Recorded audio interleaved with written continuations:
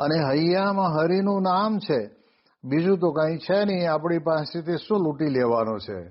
અને આપણે એને ખરેખર સાચા માર્ગે વાળવાનું ભગીરથ કામ આપણાથી થઈ જાય એવા એક શુભ વિચાર વડે કરીને નારદ મુનિ પોતે ત્યાંથી પસાર થયા અને આવી સરસ મજાની મીઠી મધુર વાત કરી અને કહ્યું કે જા તું પેલા ઘરે તો પૂછી આવ, તને એટલી તો ખબર છે ને કે આ બીજા લોકોને આ પ્રમાણે હેરાન કરીને જે કઈ સંપત્તિ તું ભેગી કરે છે એનું પાપ તો દરેકને લાગે જ છે. કારણ કે આપણે ત્યાં કર્મનો સિદ્ધાંત પણ આપણને સમજાવે છે કે જે વ્યક્તિ સારા કર્મ કરે એનું સારું પુણ્ય મળે અને જે વ્યક્તિ ખરાબ કર્મ કરે એને પાપ મળે. આ તો આપણે ત્યાં આગળ એક બહુ સ્પષ્ટ ગણિત છે. તો તું ઘરે જઈને પૂછી આવે કે આ બધું તું કરે છે એમાં તારા ભેગા ભેગા પાપના ભાગીદારી એ લોકો થશે? નારદજી આવું કહે છે ત્યારે લૂંટારો એમ કહે છે કે તમે જતા રહ્યો તો? અરે નહીં જવું, લે હું અહીંયા બેઠો એમ કરીને જ્યારે એને ઘરે મોકલ્યો. પણ આ બધા વચન એ વાલિયાના અંતરની અંદર કેવી રીતે પોતે ત્યાં આગળ ઉગી નીકળ્યા?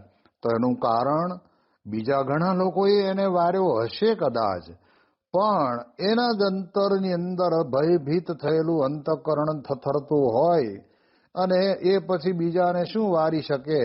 જ્યારે અહીંયા તો નારદજી પોતે સ્વયં સંત હતા અને સંતના સંગે કરીને ભગવાનનું મન કહેવાયા.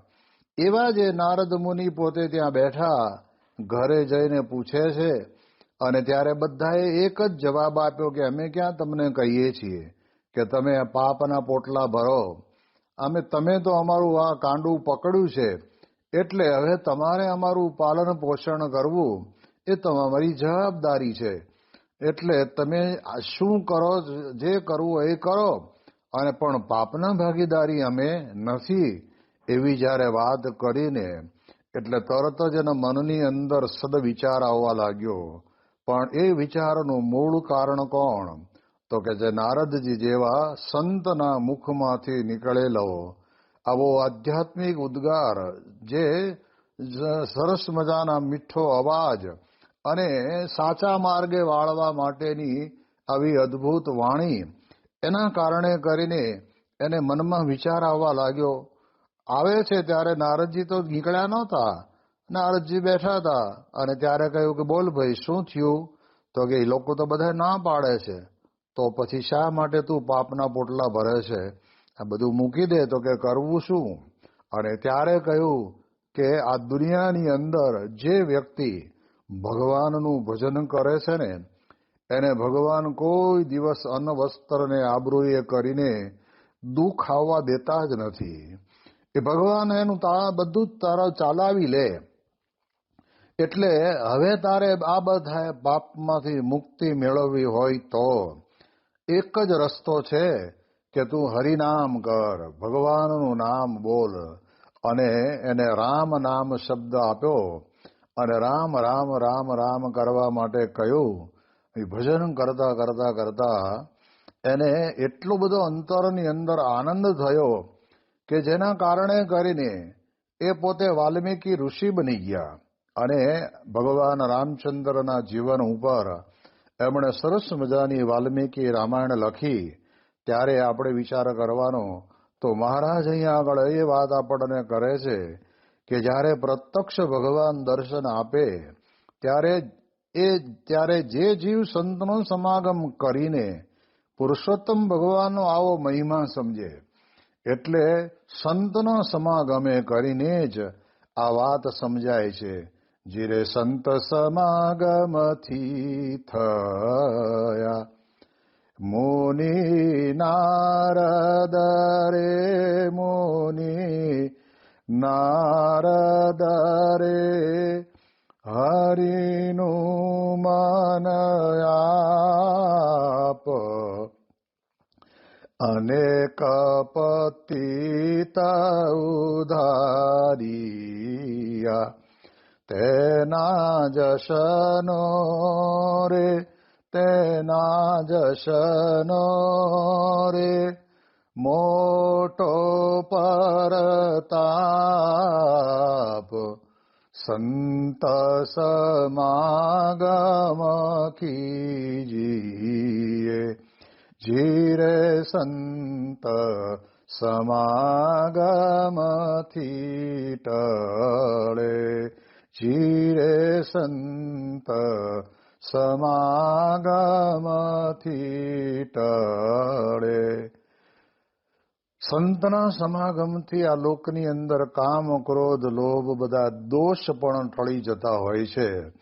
અને જ્યારે સંતના સમાગમથી દોષ ટળે ત્યારે અંતઃકરણ ચોખ્ખું થાય. અને અંતઃકરણ ચોખ્ખું થાય એટલે પછી જીવનની અંદર એને પરમાત્માને હૃદય આકાશની વિશે બિરાજમાન કરવા એક બહુ જ સહેલું બની જાય. એટલે એટલા માટે થઈને મહારાજ પોતે આપણને કહે છે કે ભગવાન તો આપણને પ્રત્યક્ષ દર્શન આપે છે. એ પ્રત્યક્ષપણાનો ભાવ સત્પુરુષ વિના આપણને કોણ આપે? ભાવનગરથી સિહોર થઈને સ્વામીશ્રી તારીખ 19/9 રોજ ગરડાની પધારેલા.